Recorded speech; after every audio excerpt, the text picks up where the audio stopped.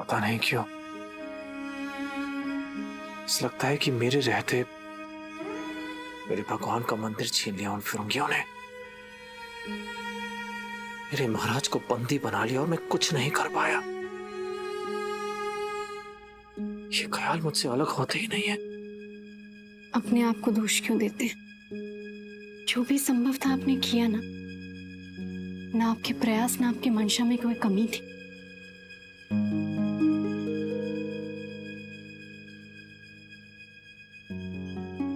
कभी कभी सोचता हूं कि माँ क्या सोचती होगी कि उन्होंने मुझे गोद लिया, पॉक्सी परिवार का अंश बनाया, सेनापति पद के लिए तैयार किया, मुझ पर विश्वास करके इस वंश की धरोहर मुझे सौंप दी। मां के कारण मुझे इस कुल और समाज में इतना सम्मान मिला, इज्जत मिली, और अब इसी कुल की मान और प्रतिष्ठा को बनाए रखने की जिम्मेदारी भी मुझे पर रहा था।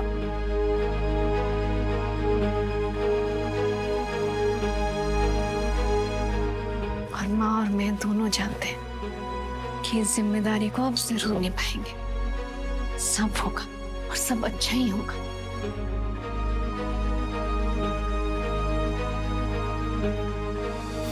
जब तुम कहती हो कि सब होगा, सब अच्छा ही होगा, तो मुझे पूरा विश्वास है कि सब होगा। सवाल यह है कि कब होगा राधा। उसके लिए आपको मेरे अलावा एक और साथी की जरूरत है। एक और साथी? धैर्य, धैर्य रखना ही होगा आपको। धैर्य की भी सीमा होती है राधा। आखिर कब तक?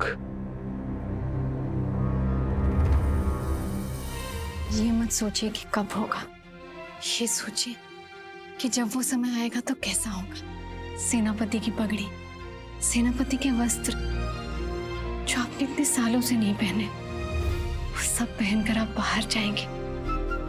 वो युद्ध जिसके लिए आप इतने सालों से तैयारी कर रहे हैं, वो युद्ध होगा और आप विजय होंगे। बुझिला मोक्सी जगबंधु? बुझिली।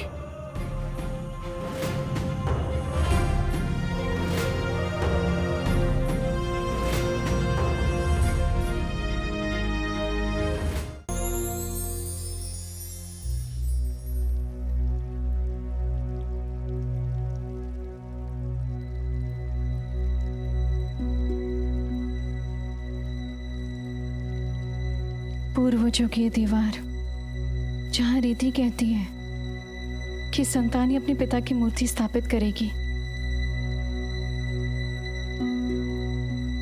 क्या ये स्थान अब खाली रहेगा मां?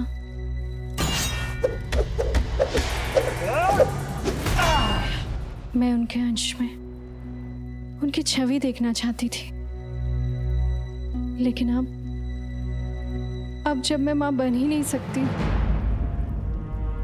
तो मुझे खुद के लिए दुख तो होता है, पर उससे भी ज्यादा दुख होता है उनके लिए, उनके अंदर भर रहे खालीपन के लिए।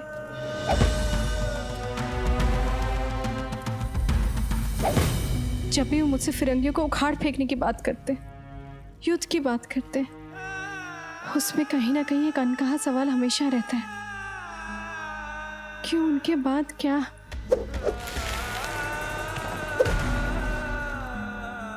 कौन सेनापति की इस परंपरा को आगे बढ़ाएगा?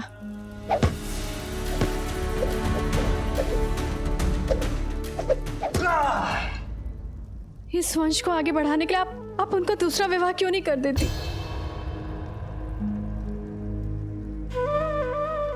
क्या तुम्हें लगता है जगबंधु दूसरा विवाह करेगा? जिस तरह तुम उसे पूरा करती हो, दूसरा कोई नहीं कर सकता। उसका केवल एक ही लक्ष्य है, विद्रोह। कलिंग का खोया हुआ आत्मसम्मान वापस लौटाना।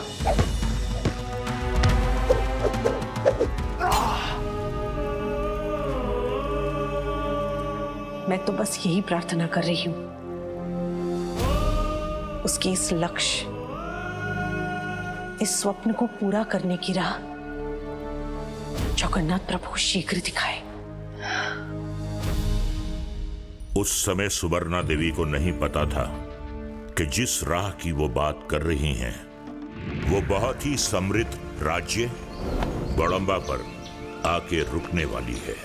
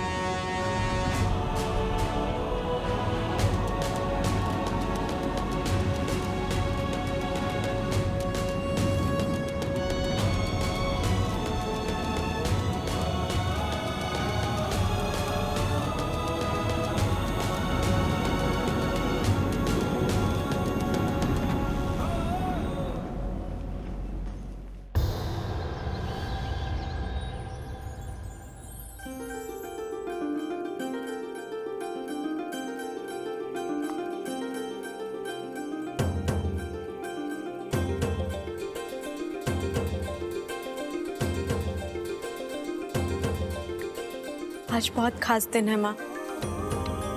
आज आपके बेटे का राज्य अभिषेक है। मैं जानती हूँ आप जहाँ कहीं भी हैं, आपका आशीर्वाद हमेशा हमारे साथ है। लेकिन हर दिन आपकी कमी तो महसूस होती ही है।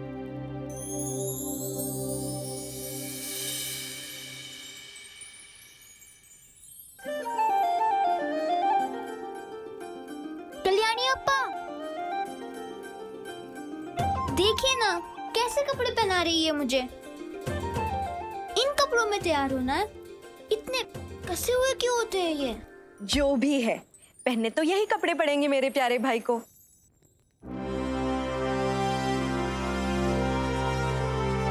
कैसा लग रहा हूं मैं बाबा? जैसे एक युवराज को लगना चाहिए। बस मूछें नहीं है मेरी, अब बाबा से लंबी मूछ रखूंगा। वैसे मेरा पगा भारी तो नहीं होगा ना? कहीं खेलते खेलते गिर गया तो? गिरेगा तो तब ना जब तुम पहनोगे। पगा है कहाँ तुम्हारा? मेरा पगा नहीं है। कहाँ गया मेरा पगा? मेरा पगा नहीं है। कहाँ गया पगा? कहीं नहीं दिख रहा। मेरा पगा अभी तक बन के नहीं आया। ये लो, ये रहा तुम्हारा पगा।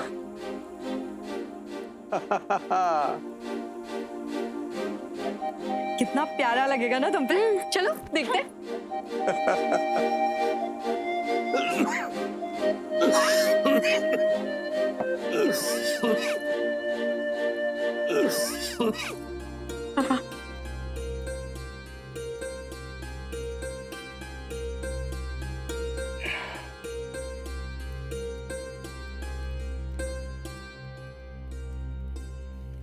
समय रेत की तरह हथेली से कब फिसल जाता है पता ही नहीं चलता। मैंने तुम्हें बताया है ना, मुझे कितना गर्व है तुम पर। हर दिन तो बताते हैं बाबा, लेकिन आज भी बता सकते हैं। मुझे अच्छा लगता है। तुम्हारी माँ के स्वर्गवास के बाद तुम अपना बालपन अपने छोटे भाई की देखरेख करने में बिताओगी, किसे पता था। एक ही रात में तुम्हें बड़ा होना पड़ा। लेकिन ये मोहन अब भी मुझे अपनी उम्र का ही समझता है। कभी कभी मैं सोचता हूं कि जब तुम्हारा विवाह हो जाएगा तब ये क्या करेगा। इसकी चिंता आप बिल्कुल मत करिए बाबा, क्योंकि ना तो मैं विवाह करने वाली हूँ और ना ही आप दोनों को छोड़कर कहीं जाने वाली हूँ, और ना ही मेरे इस बौडम्बा राज्य को। आपके बार बार कहने से मेरा मन नहीं बदलने वाला बाबा, बल्कि ईश्वर से मैं यही प्रार्थना करती हूँ कि मेरी कुंडली से विवाह का योग ही मिटा दे। ओहो, अब क्या करूं मैं तुम्हारा। राज्याभिषेक का समय हो रहा है, चलो चलो चलो चलो। अप्पा मेरे लिए रुकिए तो।